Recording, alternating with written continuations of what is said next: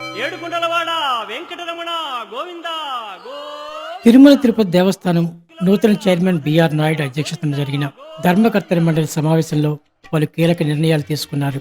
సర్వదర్శనానికి వచ్చే భక్తులకు 2 నుంచి 3 గంటల్లో దర్శనం కల్పించేలా చర్యలు తీసుకోవాలని తిరుమల తిరుపతి దేవస్థానం నిర్ణయం తీసుకుంది. టీటీడీలో పనిచేస్తున్న అన్ని మత ఉద్యోగులను ప్రభుత్వానికి అప్పగించనుంది. అదేవిధంగా శ్రీవాణి ట్రస్ట్ను రద్దు చేస్తూ ప్రకటన జారీ చేసింది. మరిన్ని విశ్లేషణలు, తాజా అప్డేట్స్ కోసం పేపర్ డబ్బాను సబ్స్క్రైబ్ చేయండి. కంపార్ట్మెంట్లలో భక్తులు ఇబ్బందులు పడకుండా త్వరితగతిన స్వామివారి దర్శనం కల్పించేందుకు ప్రణాళికలు రూపొందించనుంది. తిరుమల డంపింగ్ యార్డులోని చెత్తను 3 నెలల్లో క్లియర్ చేయాలని టీటీడీ నిర్ణయించింది.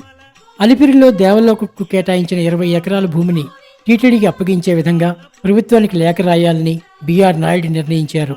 తిరుమల పరిసర ప్రాంతాల్లో రాజకీయాలు మాట్లాడడంపై నిషేధం విధించారు. ఈ నిబంధనలు అతిక్రమిస్తే కేసులు పెడతామని హెచ్చరించారు. స్థానికులకు ప్రతి నెల మొదటి మంగళవారం శ్రీవారి దర్శనం కల్పించేలా టీటీడీ సంచలన నిర్ణయం తీసుకుంది. శ్రీవాణి ట్రస్టును రద్దు చేస్తూ టిక్కెట్ల విక్రయం ద్వారా వచ్చే సొమ్మును టీటీడీ అకౌంట్లోనే జమ అయ్యేలా నిర్ణయం తీసుకుంది.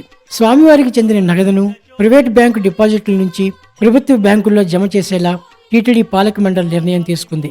అన్నదానంలో నూతనంగా మరో ఐటెంను భక్తులకు వడ్డించాలని టీటీడీ బోర్డు నిర్ణయించింది. శ్రీవారి ప్రసాదంలో నాణ్యమైన నెయ్యి వినియోగించేందుకు కమిటీ ఏర్పాటు చేయాలని తీర్మానించింది.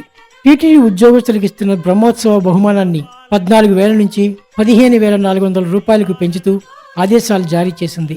వైసీపీ హయాంలో శారదాపీఠానికి కేటాయించిన భూములను రద్దు చేస్తూ సంచలన నిర్ణయం తీసుకుంది.